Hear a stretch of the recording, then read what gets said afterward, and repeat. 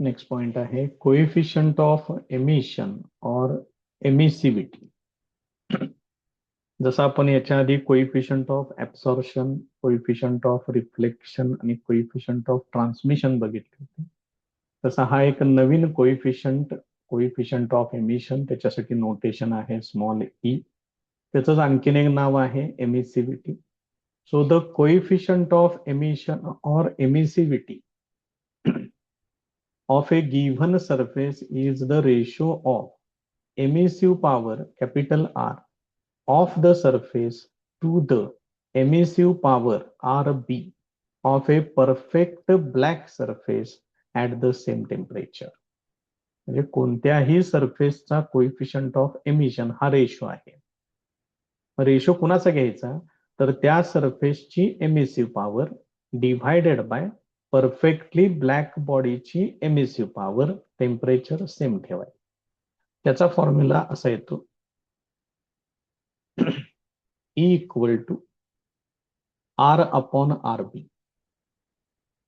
Formula लक्षात ठेवा, important definition करून ठेवा. For a perfectly black body his coefficient of emission equal to 1, whereas for a perfect reflector this coefficient of emission is 0. हे लक्षात ठेवा, बारीक सारीक पॉइंट असतात, एमसीक्यू मध्ये विचारले जातात. For an ordinary body 0 less than e less than 1 असं पाहिजे.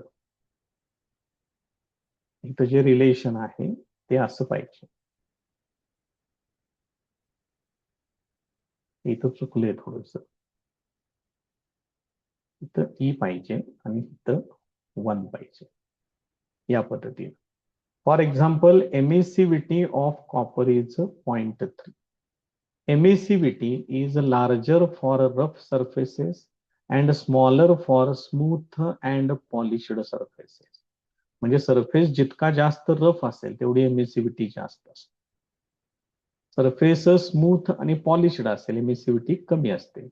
It also varies with temperature and wavelength of radiation to some extent.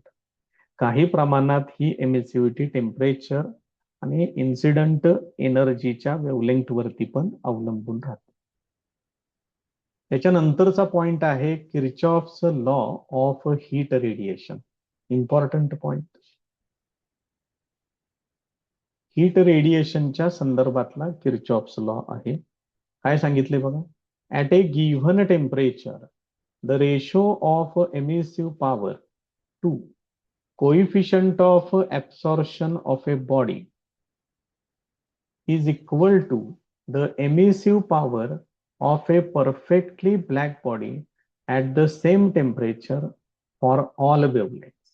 काय घेतलेलं आहे बघा, रेशो ऑफ एमिसिव्ह पॉवर म्हणजे capital R divided by ratio सांगितलेला आहे, कोइफिशियंट ऑफ ऍब्सॉर्प्शन म्हणजे स्मॉल ए. हा रेशो इक्वल टू काय येतो, emissive power of a perfectly black body असं येतं. हे त्यांनी सांगितलं. आता याला जर मी थोडंसं मॉडिफाय केलं बघा, हे आर बी इकडे घेतोय, म्हणजेच हे काय येणार, इक्वल टू ए येणार. मग आर अपॉन आर बी म्हणजेच कोइफिशियंट ऑफ एमिशन, याच्यासाठी ई लिहिलं आणि हे इक्वल टू ए. म्हणजेच तुम्ही काय लिहू शकताय, emissivity is equal to absorptivity किंवा coefficient of emission is equal to coefficient of absorption. हे सगळ्यात सोपं स्टेटमेंट हे आहे, असं लिहा किंवा ए इक्वल टू ई लिहा. मग दुसरं स्टेटमेंट बघा, for a body emitting and absorbing thermal radiation in thermal equilibrium the emissivity is equal to its absorptivity. Coefficient of absorption आणि कोइफिशियंट ऑफ एमिशन हे इक्वल असतात. हा तो लॉ आहे. मग आता याच्यातलं तुम्हाला जे कोणतं स्टेटमेंट तुम्हाला बरं वाटतंय ते तुम्ही यूज करू शकताय. Thus, if a body has a high emissive power, it also has a high absorptive power. बॉडीची एमिसिव्ह पॉवर जास्त असेल तर ऍब्सॉर्प्टिव्ह पॉवर पण जास्त असते, आणि vice versa. If it has a low emissive power, it also has a low absorptive power. म्हणजेच A equal to E असते. त्यामुळे करून ठेवा व्यवस्थित. आता याची एक प्रूफ आहे, ही प्रूफ थेरॉटिकल प्रूफ असते. थेरॉटिकल प्रूफला म्हणतात थॉट एक्सपेरिमेंट. असे बरेचसे थॉट एक्सपेरिमेंट किंवा थेरॉटिकल प्रूफ्स तुम्हाला इथून पुढे सुद्धा बघायला मिळतील. हे पूर्णपणे थेरॉटिकली असतं. Kirchhoff's law can be theoretically proved by following thought experiment. Consider an ordinary body A and a perfectly black body B of identical geometric shapes placed in an enclosure. दोघांचे जॉमेट्रिकल शेप्स सेम आहेत, म्हणजे surface area same consider करू शकताय. पहिली body ordinary body आहे, दुसरी body perfectly black body आहे. In thermal equilibrium both bodies will be at same temperature as that of the enclosure. Thermal equilibrium आहे, त्यामुळे दोन्ही बॉडीचं टेम्परेचर सेम आहे, आणि ते किती असतं, ते ज्या एन्क्लोजर मध्ये ठेवलेले आहेत त्याच्या एवढं त्याचं टेम्परेचर असतं. R equal to emissive power of body A ordinary body, R B emissive power of perfectly black body B. मग हे पक्क लक्षात ठेवा की परफेक्टली ब्लॅक बॉडीसाठी ए आणि ई वनच असतात. त्यामुळे परफेक्टली ब्लॅक बॉडीसाठी coefficient of absorption, coefficient of emission घ्यायचेच नसतात.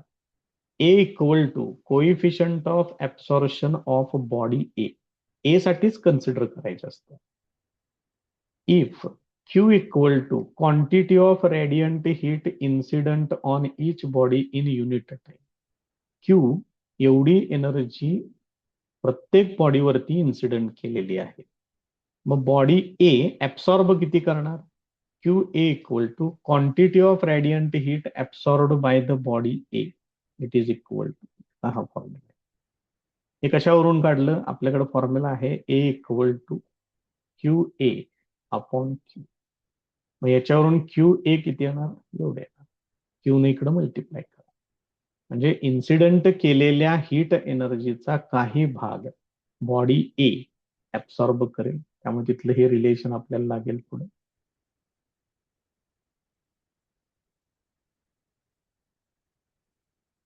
पहिलं रिलेशन बॉडी ए साठी असं आहे. Since temperatures of both bodies are same, both must emit the same amount as they absorb in unit time.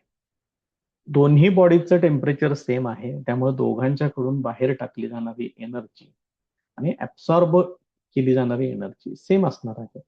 So quantity of heat absorbed by body A is equal to quantity of heat emitted by body A. दोन्ही statement ए साठीच आहे. ती body ए जेवढी heat absorb करेल तेवढीच emit करेल. मग absorb किती केलेली आहे? एवढी केलेली आहे. मग तेवढीच एमिट होते, त्याला आपण आर म्हणतो. बघा लक्षात येते का? परफेक्टली ब्लॅक बॉडीसाठी, for the perfectly black body त्याची काय परिस्थिती आहे? जेवढी हीट ते ऍब्सॉर्ब, त्याच्यावरती जेवढी हीट इन्सिडंट होईल सगळीच्या सगळी ते ऍब्सॉर्ब करणार आणि तेवढीच एमिट करणार. त्यामुळं आरबी इक्वल टू क्यू येणार. ह्या पहिल्या इक्वेशनला दुसऱ्या इक्वेशननं डिवाइड करायचं. A into Q divided by Q is equal to R upon R B असेल. यातलं क्यू कॅन्सल होईल.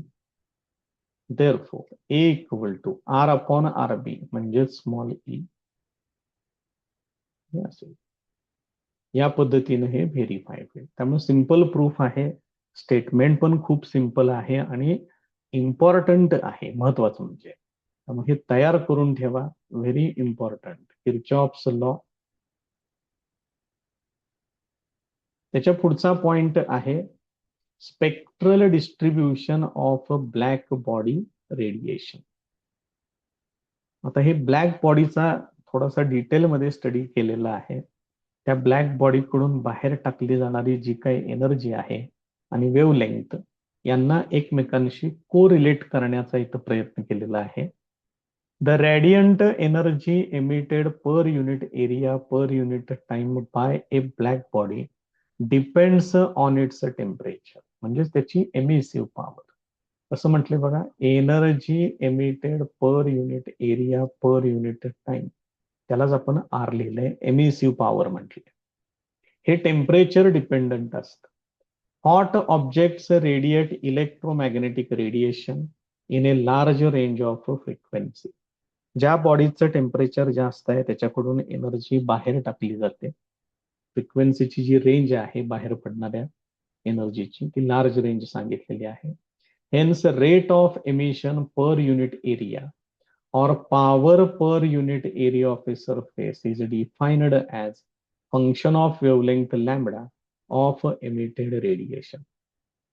त्यामुळे ही जी काही रेडिएटिंग पॉवर किंवा rate of emission per unit area जे आहे, power radiated per unit area, ही जी आहे ती वेव्हलेंग्थ वरती डिपेंडंट असते असं त्यांनी सांगितलं.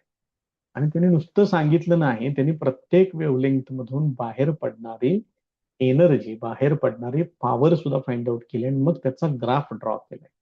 हे कोण सायंटिस्ट आहेत बघा, Lummer and Pringsheim. They studied the energy distribution of black body radiation as a function of wavelength. त्यांनी याचा अभ्यास केला आणि प्रत्येक वेव्हलेंग्थ मध्ये किती एनर्जी असते हे त्यांनी फाइंड आउट केलं. त्याचा अशा पद्धतीनं ग्राफ तयार केलेला आहे. एक्स ऍक्सिस वरती वेव्हलेंग्थ घेतलेली आहे नॅनोमीटर मध्ये आणि वाय ऍक्सिस वरती रेडियंट पॉवर कन्सिडर केलेली आहे.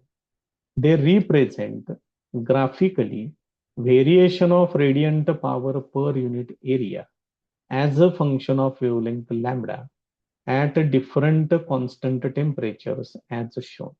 तुम्ही जर ग्राफ जर बघितला व्यवस्थित तर इथं जो ग्राफ आहे तो 3000 केल्विनला आहे, त्याच्यावरचा आहे 4000 केल्विन, हा आहे 5000 केल्विन, हा आहे 5500 केल्विन. त्यापैकी इथे एक त्यांनी रेंज दाखवलेली आहे, ती आहे व्हिजिबल वेव्हलेंग्थची रेंज आहे. साधारणपणे 400 ते 800 नॅनोमीटर किंवा 4000 ते 8000 एंगस्ट्रॉम. ही व्हिजिबल वेव्हलेंग्थची रेंज आहे, जी वेव्हलेंग्थ तुम्ही बघू शकताय, त्याच्यापेक्षा जास्त किंवा त्याच्यापेक्षा कमी वेव्हलेंग्थ आपल्याला दिसतच नाही.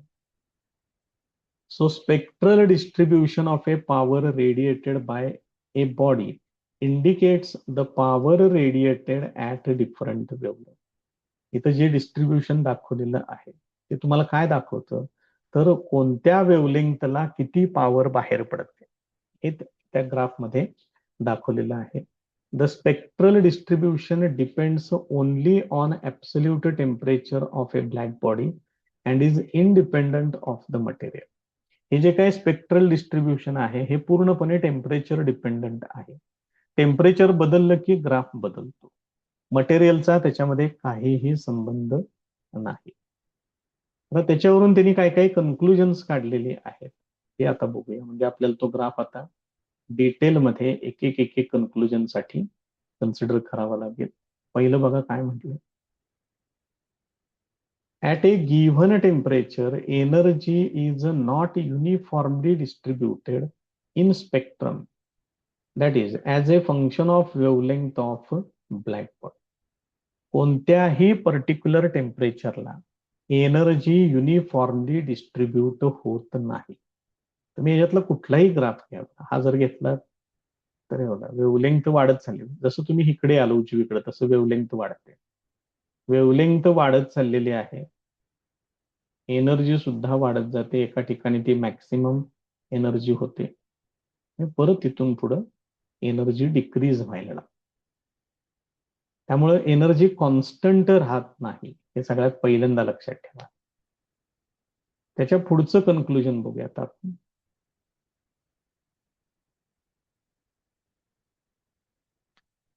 At a given temperature, radiant power emitted initially increases with increase of wavelength. आता आपण तेच बघितलं, सुरुवातीला ती व्हॅल्यू वाढत जाते, एका ठिकाणी ती मॅक्सिमम होते, reaches its maximum and then decreases. नंतर ती व्हॅल्यू कमी कमी कमी व्हायला लागते. The wavelength corresponding to radiation of maximum intensity lambda max characteristic of a temperature of a radiating body. हे लॅम्बडा मॅक्स जे आहे it is characteristic of temperature of radiating body. त्याच्यावरून तुम्ही टेम्परेचरशी त्याला रिलेट करू शकता. त्यामुळे हे लक्षात ठेवा की लॅम्बडा मॅक्स जे आहे ही मॅक्सिमम वेवलेंथ नाही आहे. ही अशी वेवलेंथ आहे की ज्या ठिकाणी रेडियंट पॉवर मॅक्सिमम असते. इथं पुढे म्हटले पण बघा, remember it is not the maximum wavelength emitted by the object. मग प्रत्येक ठिकाणी लॅम्बडा मॅक्स सांगितलेला आहे, तो इथं आहे. हे इथून वरून खाली जर तुम्ही ड्रॉ केली लाईन तर इथं कुठंतरी येईल ते लॅम्बडा मॅक्स तुम्हाला मिळेल. पाहिजे असलं तर आपण एक ड्रॉ करून बघूया ह्याच्यामध्ये, तुमच्या लक्षात येईल. हे बघा, इथून फक्त हे परपेंडिक्युलर ड्रॉ करा. हे जिथं कुठे इंटरसेक्ट करेल ती मॅक्सिमम वेवलेंथ तुम्हाला मिळेल. त्याच्या पुढे area under curve represents total. एक मिनिट खाली घेऊया जरा, ह्याच्या पाठीमागे अजून आहे थोडस डेटा.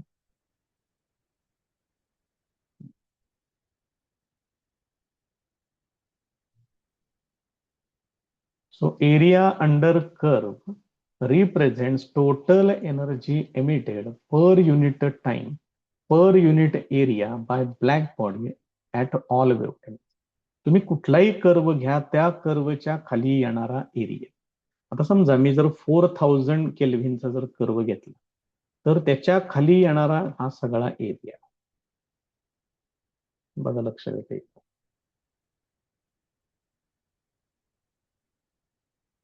हा जो काही एरिया आहे तो काय रिप्रेझेंट करतो? It represents total energy emitted per unit time per unit area by the black body at all wavelength.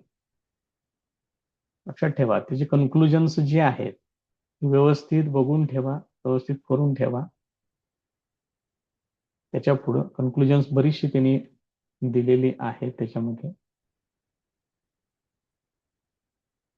त्याच्या पुढे ऍट हायर टेम्परेचर, सॉरी एक राहिलं बघा इथलं. The peak of curves shifts towards the left, that is shorter wavelengths, that is the value of lambda max decreases with increase in temperature. हे याच्यातलं सगळ्यात महत्वाचं conclusion आहे. बघा आपण एक एक एक एक बघूया. आता ही पहिले टेम्परेचर आहे 300 केल्विन, याचा मॅक्सिमम इथं कुठंतरी येतो.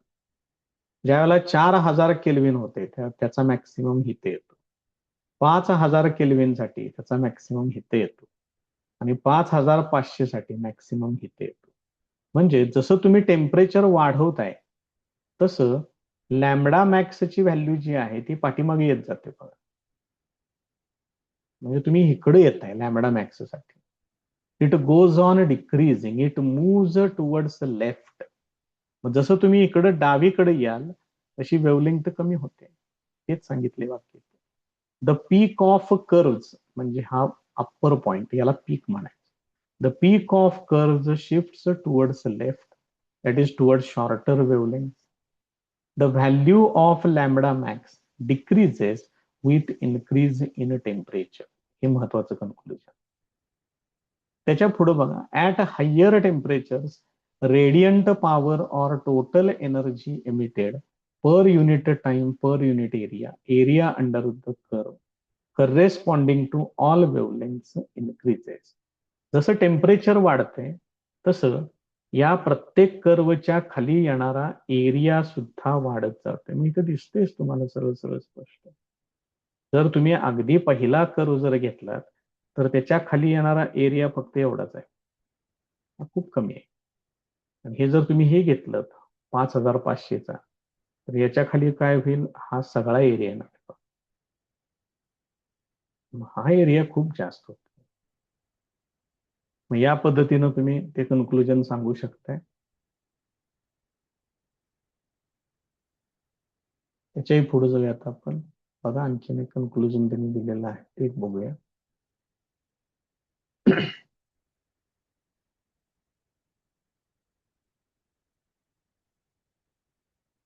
At a temperature of 300 Kelvin, around room temperature, म्हणजे साधारण 27 डिग्री सेंटीग्रेड कन्सिडर करू शकता. Most intense of these waves have a wavelength of 5 into 10⁻⁻6 metre. Room टेम्परेचरला सगळ्यात जास्त इंटेन्सिटी असलेल्या वेव्स त्याची वेवलेंथ एवढी आहे. The radiant power is smaller for wavelength different from this value. तर रेडियंट पॉवर जे आहे ते अशा परिस्थितीमध्ये खूप कमी असते. Practically all radiant energy at this temperature is carried by waves longer than those corresponding to red light. मग या टेम्परेचरला जी काही रेडियंट एनर्जी आहे ती कॅरी करणाऱ्या ज्या वेव्स आहेत त्यांची वेवलेंथ रेड लाईट पेक्षा सुद्धा किंवा रेड कलरची जी लाईट आहे त्याच्या वेवलेंथ पेक्षा जास्त असते. These are infrared radiations. ही इन्फ्रारेड रेडिएशन्स आहेत, त्यामुळे ते आपल्याला दिसत नाही, हे लक्षात ठेवा. त्याच्या पुढे विन आला बघा, परत एकदा तो scientist gave an expression for spectral distribution from laws of thermodynamics which fitted the experimental observations only for short wavelength. मग ह्या विन नावाच्या सायंटिस्टनं लॉज ऑफ थर्मोडायनेमिक्सचा वापर करून त्याने या स्पेक्ट्रल डिस्ट्रीब्युशन वरून काही बेसिक कन्क्लुजन काढलेले आहेत जे शॉर्ट वेवलेंथ साठी अगदी परफेक्ट आहेत. त्याच्यानंतर एक छोटासा पॉइंट दिलेला आहे, मॅक्स प्लँक हे झालेलं आहे तुम्हाला केमिस्ट्रीमध्ये, तुम्हाला स्ट्रक्चर ऑफ ॲटम मध्ये इयत्ता 11वी मध्ये झालेलं आहे. ही proposed the quantization of energy and the energy radiated is given by E equal to n into h into new.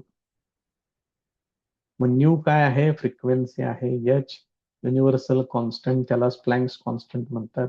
6.62 किंवा 6.63 into 10⁻⁻34 joule second. N can take only positive integral values. आणि आपण formula असा वापरतो, E equal to H into nu. हे nu आहे बरं का, आणि हे आहे त्याला म्यू म्हणतात. फरक आहे दोघांच्या उच्चारामध्ये. काही काही जणांना ते एकसारखेच वाटू शकतात, पण हे वेगवेगळे आहेत. And this energy is not radiated continuously but in the form of packets called jumps or quanta. त्याच्यावरून एक क्वांटम शब्द तयार केलेला आहे. क्वांटमचं अनेक वचन क्वांटा आणि थेरीचं नाव प्लँक्स क्वांटम थेरी. मग यानं सरळ सरळ स्पष्ट सांगितलंय की एनर्जी कधीही कंटिन्युअसली एमिट किंवा ऍब्सॉर्ब होत नाही, तर ती स्मॉल पॅकेट्सच्या फॉर्मॅटमध्ये ऍब्सॉर्ब किंवा एमिट होते. आणि या स्मॉल पॅकेट्सना क्वांटम हे त्याचं अनेक एक वचन आणि क्वांटा हे अनेक वचन, म्हणून थेरीचं नाव प्लँक्स क्वांटम थेरी असं आहे. त्याच्या पुढे इम्पॉर्टंट लॉ आता आहेत काय काय बघा. Wins displacement law, very important statement बघा काय म्हटलंय. The wavelength for which emissive power of A black body is maximum is inversely proportional to the absolute temperature of the black body. म्हणजेच ज्या पर्टिक्युलर वेवलेंथला मॅक्सिमम एनर्जी रेडिएट होते ती wavelength आणि त्या black बॉडीचं टेम्परेचर हे इन्व्हर्सली प्रोपोर्शनल असतात. म्हणजे जर तुम्ही टेम्परेचर वाढवलं तर ही wavelength corresponding to maximum radiation power ही डिक्रीज होते. हे आपण मगाशी बघितलेलं आहे. इथं तो ग्राफ आहे. तर इथं काय होतं, जसं टेम्परेचर वाढतं तसं हे मॅक्सिमम एनर्जी असणारी वेवलेंथ ही डिक्रीज होत जाते. इकडे येतो आपण. त्याचं मगाशी आपण एक कन्क्लुजन मार्क पण केलेलं होतं बघा, इथं स्टार मार्क करून ठेवलंय त्याला आपण. काय वाक्य होतं? The peaks of curves shifts towards left, that is shorter wavelength, that is the value of lambda max decreases with increase in temperature.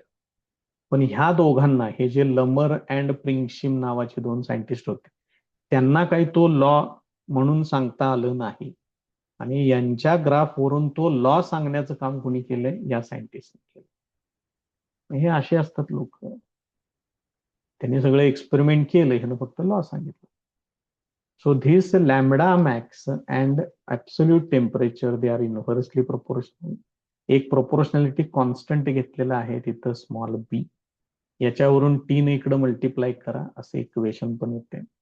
Wear b is called the Wien's constant. या b ला wins constant असं म्हणतात, त्याची value एवढी आहे.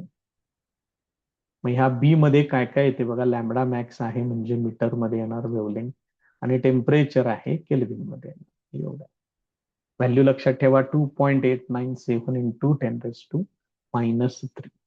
Lambda max indicates the wavelength at which black body dominantly radiates. या particular वेवलेंथला ती black body जास्तीत जास्त एनर्जी बाहेर टाकते. Thus, it corresponds to the dominant color of radiating body and is a function of its temperature. Wavelength वरती colour अवलंबून असतो, त्यामुळे जी वेवलेंथ असेल त्या वेवलेंथशी रिलेटेड कलर बाहेर टाकला जाईल, आणि ते टेम्परेचरचं फंक्शन असतं. White dwarfs are hot stars with surface temperature approximately 10,000 kelvin. White dwarfs, dwarfs म्हणजे आकारानं लहान, हे हॉट स्टार्स आहेत, टेम्परेचर त्यांचं एवढं असतं. While red giants are cooler corresponding to surface temperature of 3000 kelvin.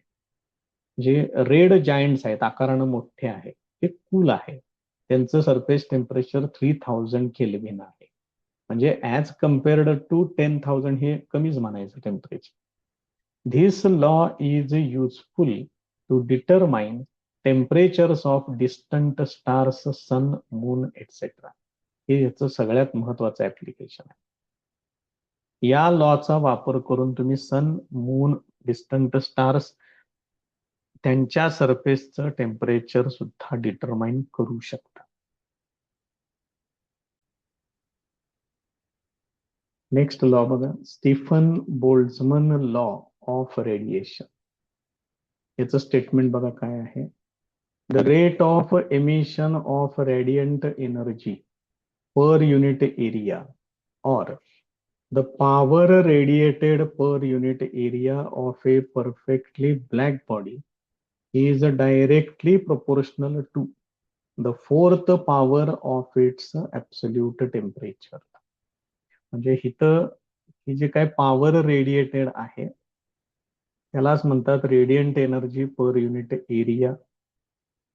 It is directly proportional to त्या perfectly black बॉडीचं जे ऍब्सोल्यूट टेम्परेचर आहे त्याच्या घातांकामध्ये 4⁻⁴ येतं ते. हा त्याचा लॉ आहे. आता याच्यामध्ये एक महत्वाचं लक्षात ठेवा, परफेक्टली ब्लॅक बॉडीसाठी हा लॉ डिफाईन केलेला आहे. याच्या आधीचा आपण जो बघितला विन्स लॉ,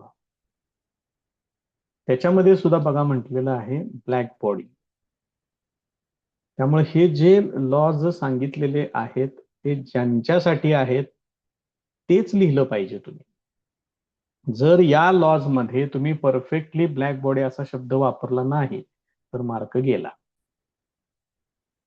तर हे प्रोपोर्शनॅलिटी साइन काढून इथे एक प्रोपोर्शनॅलिटी कॉन्स्टंट घेतलेला आहे सिग्मा. त्या सिग्माला म्हणतात स्टीफन्स कॉन्स्टंट. त्याची व्हॅल्यू लक्षात ठेवा 5.67 इंटू 10⁻⁸. लक्षात ठेवायला एकदम सिंपल आहे, 5, 6, 7 आणि 8. पाठ करावं सुद्धा लागत नाही, इतकं सोपी व्हॅल्यू होऊन जाते. आता यांचं युनिट आणि डायमेन्शन्स जे आहेत सिग्माची ती मात्र जरा व्यवस्थित फक्त तयार करावी लागतील. आपण त्यासाठी थोडासा वेळ देऊया, इथे 2 मिनिट. मग इथे इक्वेशन काय आहे ते R = सिग्मा इंटू T⁴ आहे. मग आर म्हणजेच काय, energy radiated per unit area per unit time sigma into T raise to 4 हे असं आहे. मग याच्यावरून मला सिग्मा पाहिजे. therefore sigma equal to q divided by capital A into small t into t raised to 4 हे एवढं सगळं येणार. आता याचं युनिट बघा काय काय होते. इथे येणार जूल एनर्जीसाठी, एरियासाठी येणार मीटर स्क्वेअर, टाइम साठी येणार सेकंद, टेम्परेचर रेस टू 4 म्हणजे केल्विन रेस टू 4 येणार. हे सगळं अंशात घ्या म्हणजे जूल येते, परत येते metre raise to -2, second raise to -1, kelvin raise to -4 हे असे येते. तेच इथं दिलेलं आहे बघा. आणि याच्यावरूनच तुम्ही डायमेन्शन्स तयार करू शकताय. पहिल्यांदा क्यू आहे, क्यू म्हणजेच एनर्जी, एनर्जी म्हणजेच वर्कडन, आणि वर्कडन म्हणजेच काय, फोर्स इंटू डिस्प्लेसमेंट. फोर्सची डायमेन्शन्स आहेत 1 1 -2, त्याला डिस्प्लेसमेंटनं जर मल्टिप्लाय केलं तर एल रेस टू 2 होणार, M raise to 1, T raise to -2 हे एनर्जीचे डायमेन्शन्स आहे. डिव्हायडेड बाय एरियासाठी येणार L square, divided by time आहे, टाइम साठी येणार टी रेस टू 1, आणि टेम्परेचर रेस टू 4 आहे, टेम्परेचरला वापरतात केल्विन. मग इथं काय होणार, एल रेस टू 2 आहे, एल रेस टू 2 आहे म्हणजे एल रेस टू 0 होणार आहे. त्यानंतर एम रेस टू 1 तसंच राहील, टी रेस टू 1 हे वरती पाठवा म्हणजे टी रेस टू -3 होणार, आणि केल्विन रेस टू 4 ते पण वरती पाठवा, के रेस टू -4 होणार. मग त्यांनी बघा बरं इथं तेच दिलेले आहेत का. त्यामुळे हे पाठ करायचं नाही, हे आपल्याला तयार करता आलं पाहिजे, हे लक्षात ठेवा. या पद्धतीनं ते तयार करायचं आणि सिंपल आहे, काय विशेष अवघड असं काही त्याच्यामध्ये नाहीये. त्याच्या पुढं काय म्हटले बघा, thus power radiated by a perfect black body depends only on its temperature and not on any other characteristics such as color, materials, nature of surface. त्यामुळे फक्त परफेक्टली ब्लॅक बॉडीचं टेम्परेचर एवढंच फक्त महत्वाचं आहे. If Q is the amount of radiant energy emitted in time t by a perfectly black body of surface area A at a temperature T, then आपण इथं काय घेतलं होतं, R इक्वल टू घेतलं होतं sigma into T raise to 4. मग ह्या R ची फक्त डेफिनेशन वापरा, R च्या ठिकाणी येणार Q अपॉन AT, हे आहे असंच पुढे घ्या, तेच इथं त्यांनी दिलेलं आहे.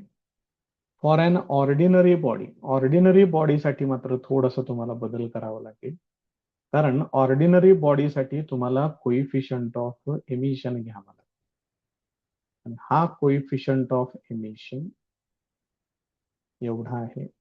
याच्यावरून आर इक्वल टू काय येणार, मग ई इंटू आर बी येणार, आणि आर बी म्हणजेच कोण आहे, sigma into e raise to 4 आहे. याचं इक्वेशन येईल, हेच इक्वेशन इथं दिलेलं आहे.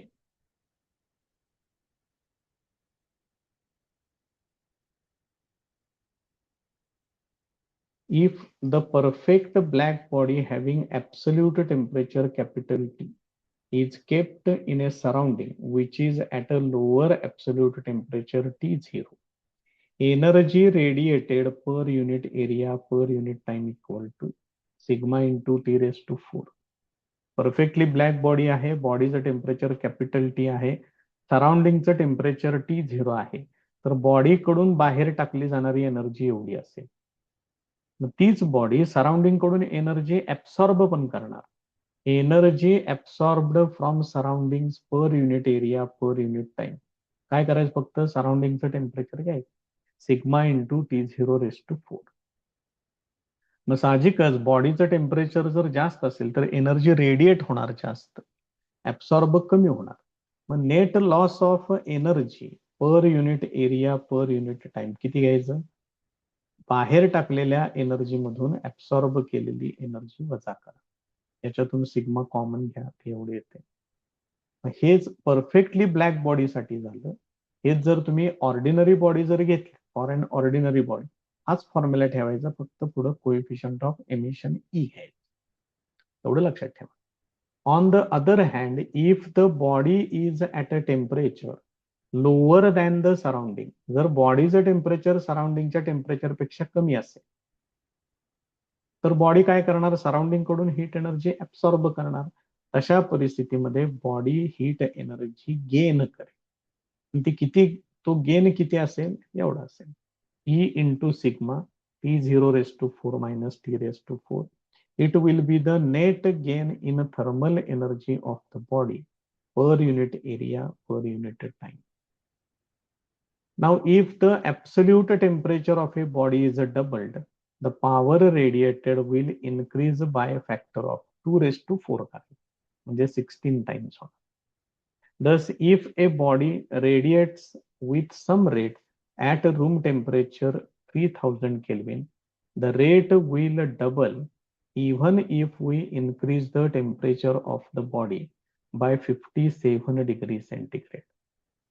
300 केल्विनला बॉडी ह्या रूम टेम्परेचरला बॉडी काय करते, एनर्जी रेडिएट करते. त्याचा जो रेट आहे, तो रेट जर तुम्हाला डबल करायचा असेल, तर बॉडीचं टेम्परेचर तुम्ही 57 डिग्री सेंटीग्रेडनं फक्त वाढवा.